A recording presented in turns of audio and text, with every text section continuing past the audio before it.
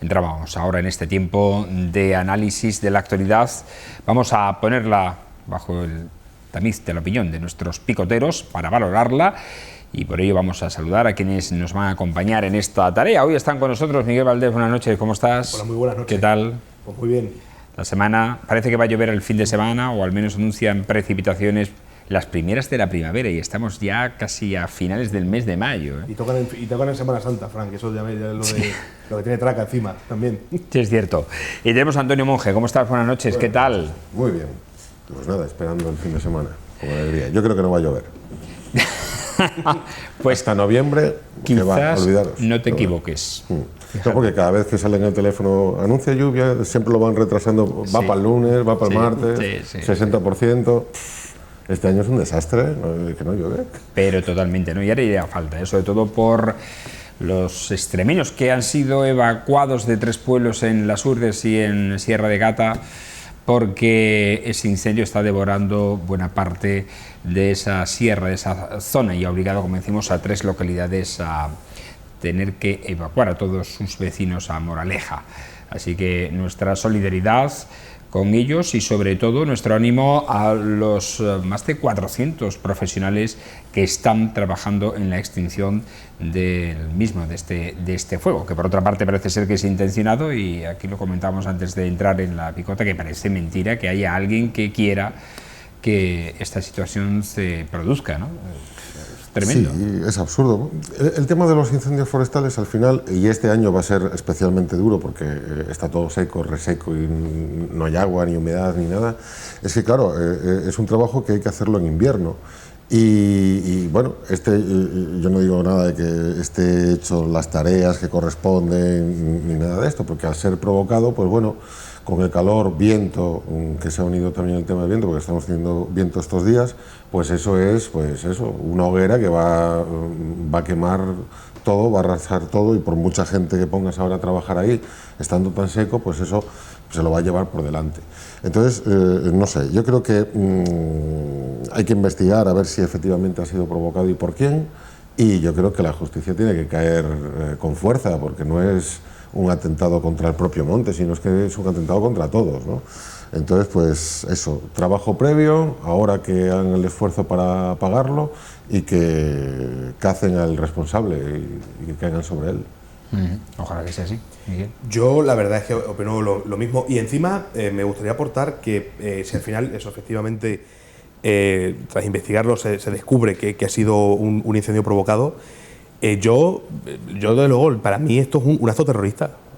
O sea, para mí es un atentado contra la naturaleza, contra un bien que nos pertenece a todos, que encima, ahora con el cambio climático, tener estos bosques, tener vegetación, parece ser que es una cosa que tenemos que cada vez cuidar más, ¿no? Y que haya alguien que, por la razón que sea, haga este acto tan es que no encuentro calificativo, tan miserable. Para mí esto se debería elevar a terrorismo medioambiental, sin lugar a duda, y debería eso aplicarse la ley con la mayor fuerza contra este indeseable que ha producido este incendio. En fin, efectivamente, todos los años tenemos un incendio de este tipo grande, y este ha comenzado muy pronto, efectivamente, porque este año, al estar el pasto tan seco, pues es un combustible ideal para el fuego, ¿no? Vamos a hablar de otras cuestiones. Antes de entrar en el análisis de la campaña electoral, hay que decir que hoy se ha presentado en Mérida la promoción de El Prado, por la que la inmobiliaria o la promotora Roosevelt va a terminar esas viviendas que quedaron prácticamente en un 30% del nivel de ejecución, y que ha causado tantos problemas de ocupación, etcétera, durante un tiempo, y que ahora por fin van a ver ya la luz. Se trata de una inversión de más de 22 millones de euros, con viviendas de diversas tipologías que van desde los 64.500 euros en apartamentos de un dormitorio a los 120.000 en aquellas que son de 3 dormitorios. Se llama Puerta de Trajano, es como decimos, la culminación de un proceso largo de varios años, y que simbolizaba este edificio, esta promoción, lo que fue la burbuja inmobiliaria y la crisis inmobiliaria y financiera del año 2008. Pues para que vean que prácticamente 14 años o 12 años después hasta 12 años después nos han podido terminar esta promoción. Un acto en el que la propia inmobiliaria ha presentado, como decimos, esta promoción, arropado por el presidente de la Junta de Extremadura, Guillermo Fernández Vara, y por el alcalde de la ciudad, Antonio Rodríguez Osuna, quien ha elogiado a la Delegación de Urbanismo por el excelente trabajo que ha realizado para que esta promotora pudiera estar aquí y pudiera vender y pudiera realizar esta inversión de más de 22 millones de euros en estas viviendas. Son 210 viviendas en esta zona de la ciudad que, junto a la promoción de viviendas de alquiler que van justo al lado en el solar que tiene el Ministerio de Defensa y que corresponden a esa colaboración también público-privada entre el Gobierno de España y empresas para dotar de más de 200 viviendas de alquiler asequible para familias y jóvenes, pues va a terminar la urbanización de esta zona que quedó ahí a medio andar, ¿no? Que es el Prado, esta barriada del Prado. Antonio. Bueno, pues el edificio, la verdad es que estábamos acostumbrados a verlo todo lleno de grafitis, a medio hacer y tal, y yo creo que la inmobiliaria o la promotora pues habrá hecho sus estudios y habrá llegado a la conclusión de que es el momento. Es raro que llegue a esa conclusión, porque todo parece que con la subida de los tipos, las hipotecas y tal, pues parece, o al menos para los que no somos expertos en el tema, parece que puede ser el momento menos idóneo para hacer este tipo de actuaciones. Pero decir, perdona, meter una cuña, el promotor, la persona que dirige la promotora ha dicho que van a ser las primeras viviendas de España que se van a beneficiar de esas medidas de incentivo a la adquisición de vivienda. Claro. Pues entonces ahí habrán hecho ellos sus cuentas y les habrá sido para todos. En realidad, pues bueno, es quitarnos un edificio que, aparte de estar abandonado, podía ser peligroso para muchas cosas, porque claro, cualquier cosa que tengas que esté abandonada, aunque sea muy reciente, pues siempre tienes peligros, riesgos de ocupaciones, de vandalismo, de cualquier tipo de cosas. Y creo que es cerrar esa parte de la urbanización que está a la entrada de donde la Guardia Civil, y bueno, y darle en realidad más servicios a la barriada, ¿no? Que hay allí. Después, pues yo creo que quien esté interesado en comprar vivienda, pues que se lo piense y haga sus cuentas, y si le gusta todos los beneficios y todas las cosas con piscinas, creo recordar que van a poner, tiendas, bares y tal, pues bueno, pues es una oportunidad más para los emeritanses para irse a vivir allí. Yo no voy a decir si me gusta o no me gusta, porque no me lo han preguntado, ¿no? O si es caro o no. El promotor ha dicho que son viviendas asequibles para trabajadores de renta media. Bueno, a ver, 3 dormitorios, 120.000 euros no es muy asequible tampoco, ¿eh? No está disparado de precio, pero no son demasiado asequibles. Tampoco nos vamos a poner nosotros ahora a echárselo para abajo. No, ni mucho menos. Ojalá que la venda. Y ojalá que la venda, sobre todo porque, bueno, está asumiendo un riesgo también. Pero es que está subiendo la vivienda de una forma importante en los últimos años, sí, sobre todo en el último año. Sobre todo porque no hay nueva construcción. Sí. Si nos damos cuenta, el mercado de segunda mano, bueno, va subiendo, no excesivamente, pero llega una escalada de precios normal, que yo considero que es normal, pero claro, nueva vivienda, y más en Mérida, es que ¿qué últimas construcciones de nuevas viviendas hay? Se pueden contar con los dedos de una mano, dentro de lo que es la ciudad, ¿no? No hay... Muy pocas. Sí ha habido de unifamiliares. Sí, pero después edificios, pisos y tal. Eso es autopromoción. Claro. Entonces, pues bueno, pues si se reactiva, pues perfecto, ¿no? Miguel, ¿te da para comprar la vivienda, no? Yo no, sin comentario, Frank. De aquí a lo mejor unos años puede ser. No, pero yo la verdad es que al final todas estas cosas, puede que peque de demasiado desconfiado, es posible, pero yo hasta que no lo vea terminado y no vea verdaderamente cuál es el precio, no me lo acabaré de creer. Y lo digo porque, por ejemplo, en mi zona, por ejemplo, al lado de la cooperativa Santa Eulalia, hay un edificio que se construyó, vamos, yo recuerdo desde que era bien pequeño pasar por ahí, era una especie como de hotel, estaba construyendo... El de la esquina. El de la esquina, de la calle Tarazana. Se paralizó, se reactivó y ha vuelto a parar. Cosa parecida con lo que ha pasado con el mercado de abasto. Entonces yo, claro, hasta que ya llega un momento en el que yo, hasta que no vea la obra terminada y ya más o menos preparada y viendo cuánto cuesta cada vivienda, si al final respetan lo que han anunciado, yo ya veremos, pero yo es que ya en Mérida no sé qué pasa, hay como una maldición que que el montón de obras que se empiezan no acaban después de... O sea, empiezan y se paran y otra vez empiezan, entonces habrá que ver si se cumple. Pero, por ejemplo, en esa misma calle que dices, en la parte de arriba, subiendo la calle, sí que han rehabilitado vivienda, y en la zona centro sí que hay mucha rehabilitación en los últimos años. Sin embargo, construcción de bloques de pisos, que era a lo que me refería yo, hay muy pocos, ¿no? Rehabilitación y cosas así. El edificio ese de la esquina sí es curioso porque eso empieza y tal. También hay otro caso parecido en la calle Cardero. Lo que era, es que yo antes vivía allí, enfrente hay un bloque ahí que antes eran unos talleres, sí, una cosa así. Empezaron también como a rehabilitarlo porque iban a poner un hotel o una cosa así, paró. Y ahora han vuelto otra vez a empezar y ha vuelto a parar. Es una cosa muy intermitente en ese tipo de edificios orientados a hostelería o a hotel, ¿no?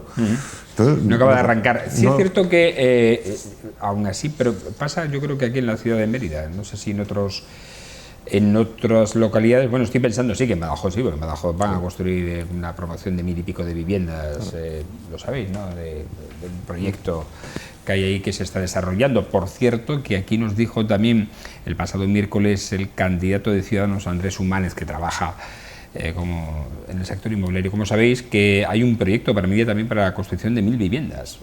Pues bueno, yo creo que tampoco hay que pasarse, ¿no? O sea, es raro, de nada a pasar a mucho, ¿no? No vaya a ser que inundemos el mercado y después queden todas... Claro, sobre todo porque ahora estos son 210 viviendas que se incorporan al mercado, ¿no?, con estas yo creo que del aquí, Prado.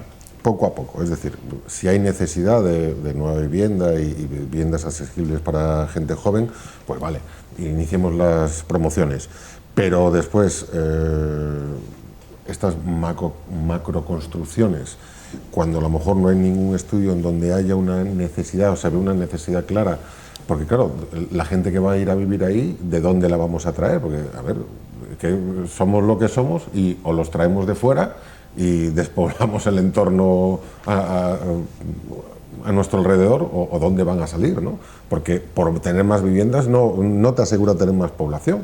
A lo mejor la gente las puede comprar ¿para especular? Entonces, no sé, yo creo que previamente hay que hacer un estudio de que efectivamente si hay necesidad de vivienda, pues se inicien promociones, pero si no hay necesidad, esto construir por construir tampoco, ¿eh? No nos encontremos después con aeropuertos vacíos y que no funcionen, ¿no?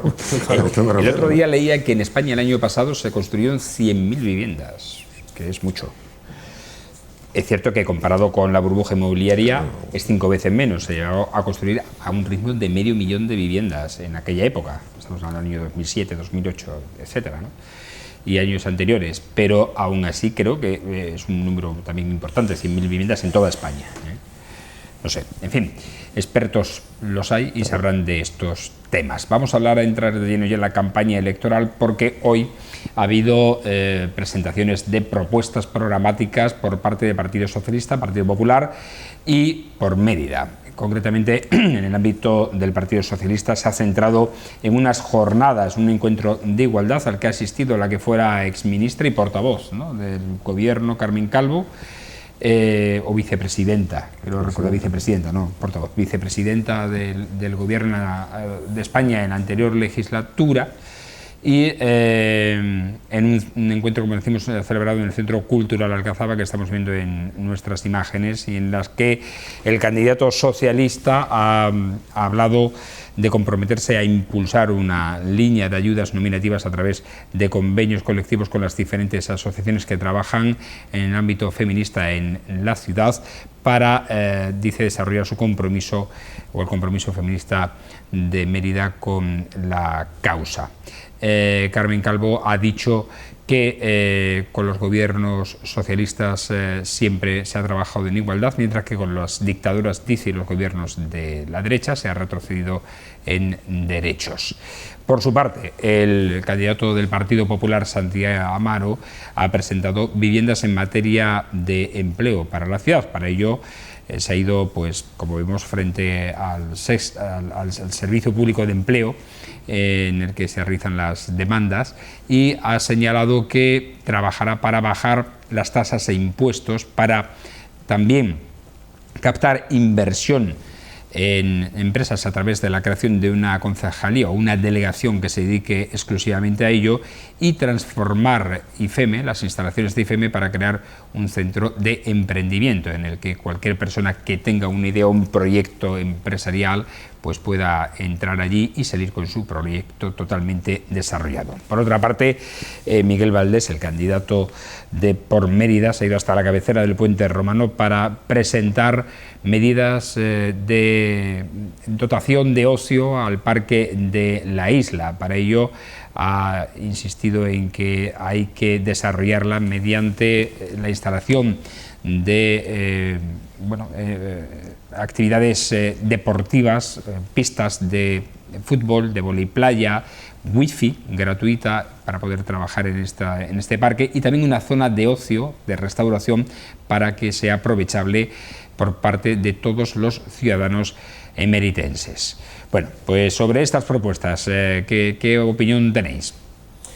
A mí la que me llaman poderosamente la atención las de nuestro alcalde, sobre todo por por ejemplo, los puntos lumínicos oscuros para dotar a las mujeres de seguridad. Y yo no entiendo eso porque es una medida feminista, es decir, no debería ser. O sea, a mí lo que me da rabia es cuando algo que es sentido común, cuando algo que es, por ejemplo, iluminar zonas oscuras, que eso al final cualquier ciudadano, sea del sexo que sea, es una cosa que yo creo que no todos nos beneficiamos, ¿no? Tanto las mujeres, por supuesto, para evitar agresiones sexuales, y, por ejemplo, los hombres para, por ejemplo, evitar robos o atracos. Creo que al final la iluminación es parte de la seguridad, y no sé por qué algo que es una cosa de sentido común se disfraza como de esta especie de progresismo feminista. Yo, desde luego, la verdad es muy sorprendente lo que ha dicho Carmen Calvo, porque aquí en Mérida lo único que yo he visto en materia de feminismo son unos carteles morados que ponía zona libre de espacio de violencias sexuales, que yo creo que un abusador sexual ve el cartel y se ríe. Yo creo que no es una especie de barrera que impida a ese hombre agredir a una chica en esos carteles. Y eso me lo han comentado encima muchas amigas. Pasan por un cartel de esos que hay como en varios parques de Mérida y dicen, bueno, aquí ya estoy segura, aquí ya no me pasa nada, ¿sabes? Estoy aquí en la zona libre de agresiones. Yo la verdad es que me parecen absolutamente populistas, la verdad. Yo, encima, después de todo lo que está pasando en toda España, están aumentando cada vez más las agresiones de ámbito machista, que encima, o sea, que cada vez están pasando. O sea, hace poco en el País Vasco, sin ir más lejos, un hombre mató en la vía pública a una persona que había sido su pareja, y después él se quitó la vida. Se inmoló. Se inmoló. Se inmoló con una bomba casera hecha y mató a su expareja y él mismo, claro, que estaba al lado. Entonces, esta clase de delitos que son repugnantes, yo no sé si con más iluminación se pueden, sencillamente con eso, no sé cuál es la solución, pero desde luego en este momento tan delicado, darse golpes de pecho con esta problemática tan sensible que afecta a tantas personas, a mí me parece, por lo menos, de muy mal gusto. Y después también me parece muy interesante la ciudad del emprendimiento que propone el Partido Popular. Yo he estado en varios proyectos, esto se llamaba antes, no sé si se seguirá llamando así, startups, y la verdad pueden ser muy interesantes, pero esto es como todo. Hace falta un despliegue de medios muy importante para que esto no se quede como algo anecdótico, porque estamos cansados de ver muchas veces cuando se crean un montón de estas iniciativas y al final se abandonan. Por ejemplo, en el Economato hay un estudio de grabación nuevecito, en perfectas condiciones, que no se usa para que no se estropee. Entonces, a mí eso me da mucha rabia. O sea, un bien del que tanta gente se puede beneficiar, porque aquí en esta ciudad hay muchísimo talento para la música. Yo escucho a mucha gente independiente que tiene mucho talento, y a lo mejor con ese pequeño empujón puede ser o sea, si a esa gente se le permitiese tener ese estudio de grabación, podría ser el empujón perfectamente para dar un salto de calidad y un salto de visitas, un salto de relevancia. Entonces, al final, está ahí postrado y no se usa. Y me da miedo que esto, que es mucho más ambicioso que lo que he comentado, se cree y se deje abandonado. Pero si se hace bien, podría ser muy interesante. Antonio. Bueno, con respecto al tema de la iluminación de zonas oscuras, es cierto que cuando hablamos de protección de la mujer o de medidas feministas, le pongamos la etiqueta que le pongamos, sí que es cierto que hay una primera medida, que es poner el foco en el problema. tú bien has dicho que hace pocos días pues, ha habido un asesinato en la calle de una mujer, pero es que no es el único, sino es que hay cada vez más o al menos se difunden más. Hay, es cierto, el foco puesto. Cualquier medida que se tache de feminista en el sentido de protección de la mujer, que sea y que vaya encaminada a eso mismo, o a evitar este tipo de problemas, pues claro, hay que ponerle un adjetivo o un nombre, y se decide poner ese nombre. Yo ya no voy a entrar en si a la gente le parece bien o no le parece bien, pero lo que sí es cierto es que hay un problema.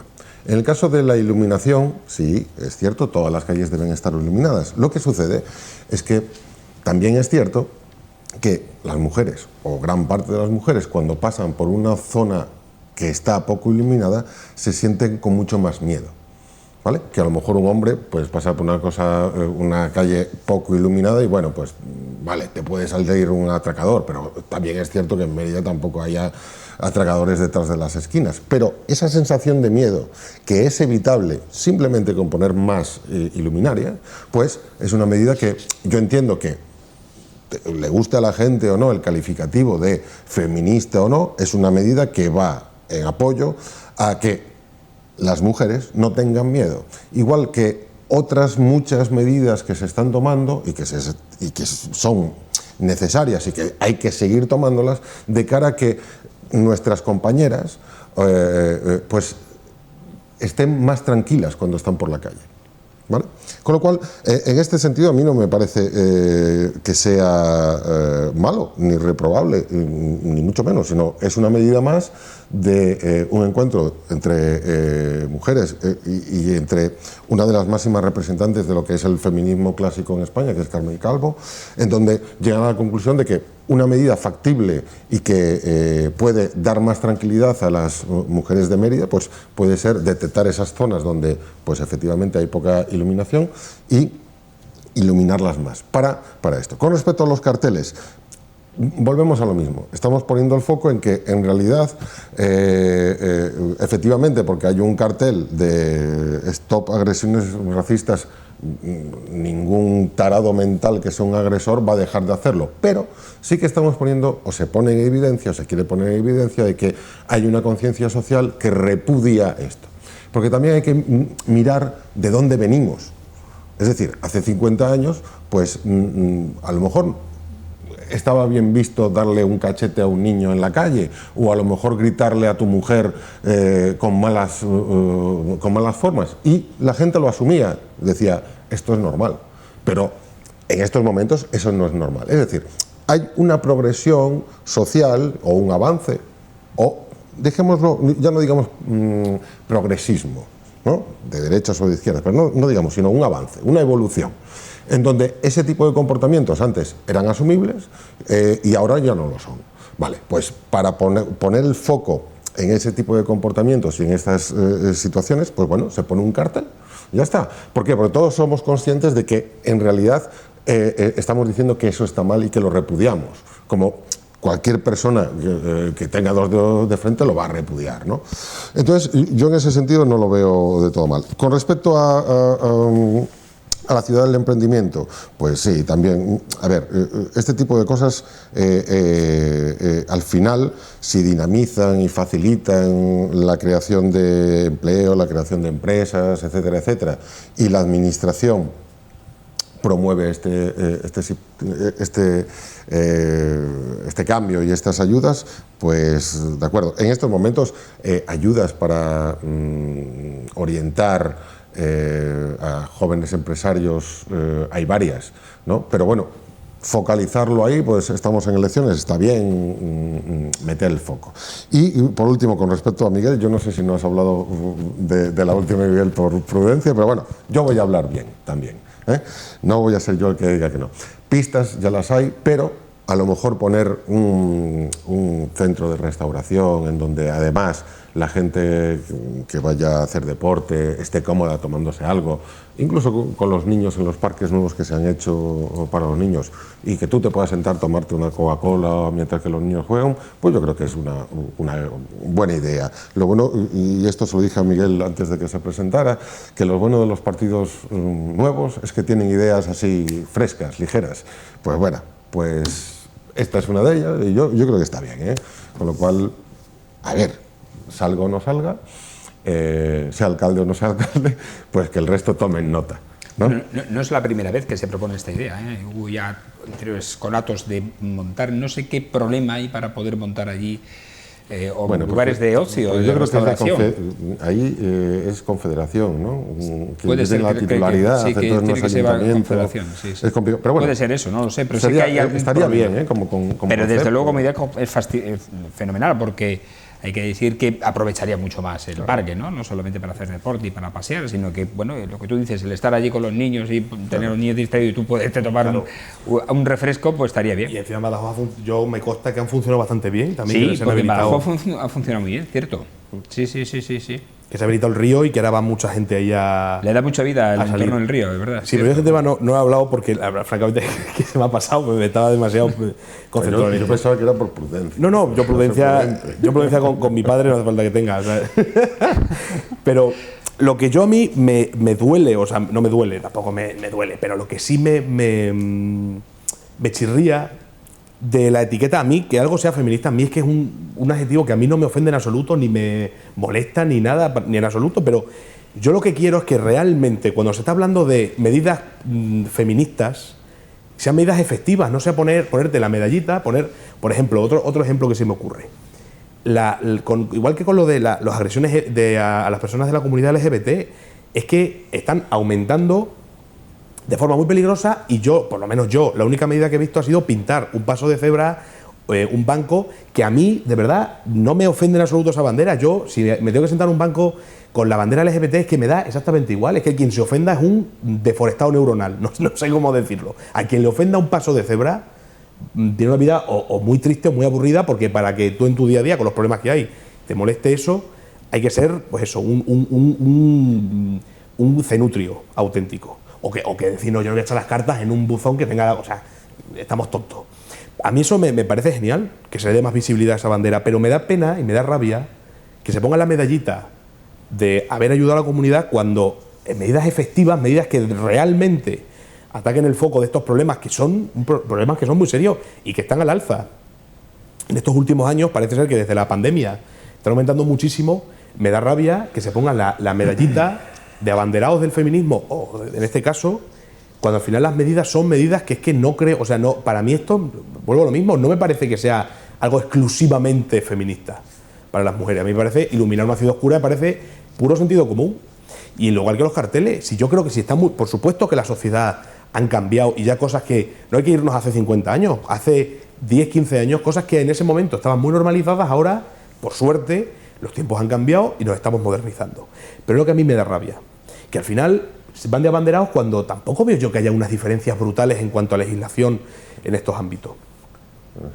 Bueno, déjame decir que el alcalde sí ha dicho que durante estas 2 legislaturas ha movilizado, ha puesto en marcha el centro Clara Campo Amor, en el que a través de las oficinas de igualdad y de atención a víctimas de violencia de género, pues han atendido a más de 800 mujeres en los últimos años. Pero que eso no lo he destacado porque ya lo ha hecho y sin embargo sí lo ha dicho ahí en ese acto. Se están tomando muchas medidas y yo insisto, esto es focalizar, hacer visible el problema. Poner un banco con la bandera arcoíris no va a arreglar nada, pero sí que va a significar que, por un lado, las personas se fijen y, por otro, que asuman que hay ciertos comportamientos de la sociedad hacia un cierto colectivo que no son admisibles. Esto de llamar a alguien, insultar diciéndole lo que sea, pues no es admisible, porque ¿quién en su sano juicio se va a meter con alguien por lo que siente, por lo que quiere, tal? Hay medidas legislativas y en la última legislatura ha habido muchas medidas legislativas que nos podrán gustar más o menos, pero este tipo de actos o este tipo de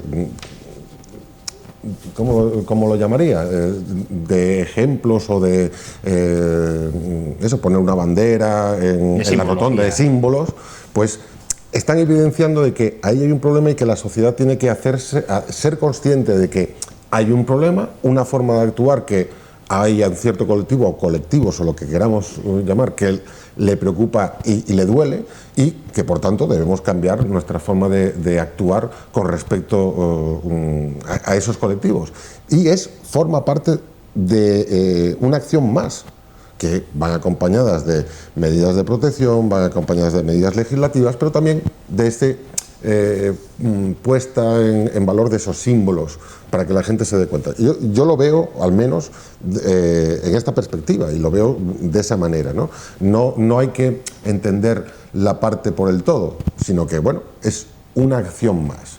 Efectivamente, si tú tienes la perspectiva de que es la única acción, pues claro, ahí te queda un poco cojo, ¿no? Pero yo entiendo que hay muchas más acciones de mucho más calado, pero que a lo mejor como símbolo es el más representativo y el que a lo mejor nos puede llamar más la atención.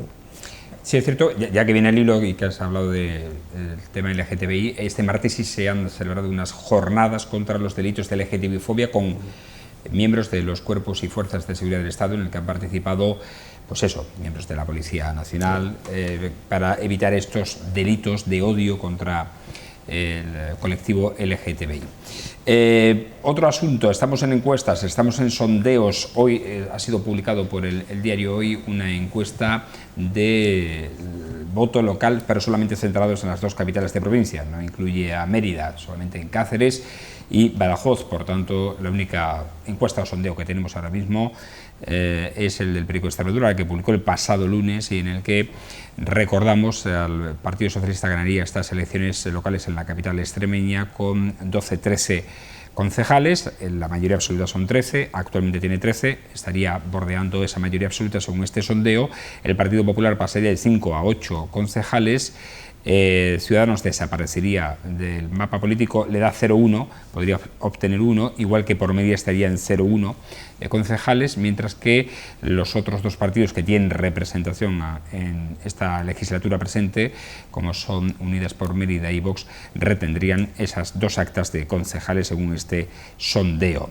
En Cáceres vaticina que el diario Hoy que ganaría el Partido Popular por mayoría, rozando la mayoría absoluta, mientras que en Badajoz ganaría también el Partido Popular, pero necesitaría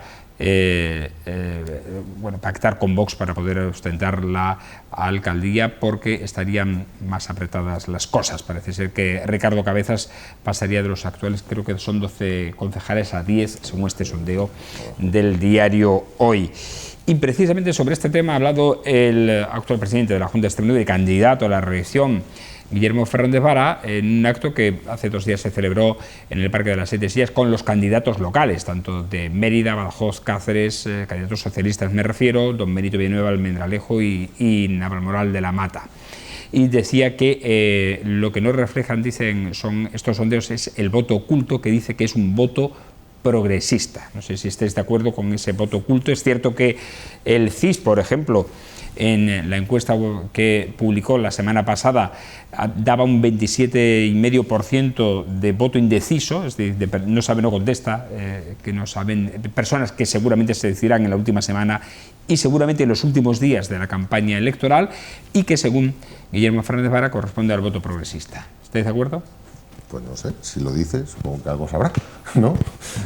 Yo creo que tanto en Mérida como en Extremadura, todo lo que indican las encuestas, o al menos la inmensa mayoría de ellas, aunque no son muchas, ¿no?, es que, por un lado, en Mérida se está bordeando la mayoría absoluta, y parece, todo el mundo asume que Antonio va a ser, Antonio, la lista del PSOE va a ser la más votada, y que ahí pues va a depender, si se saca la mayoría absoluta o no, pues la formación del gobierno. A ver cómo van esos pactos después en el caso de no tener la mayoría absoluta. Hay que tener en cuenta que también con una dispersión de partidos políticos como hay en estos momentos, conseguir una mayoría absoluta es una cuestión que es muy difícil porque el voto está muy dividido, ¿no? Entonces, No sé lo que va a pasar en Mérida, pero va a estar ahí. Parece que sí que habría llegado el caso la posibilidad de formar gobierno, o al menos parece evidente que el PSOE pudiese formar gobierno en Mérida.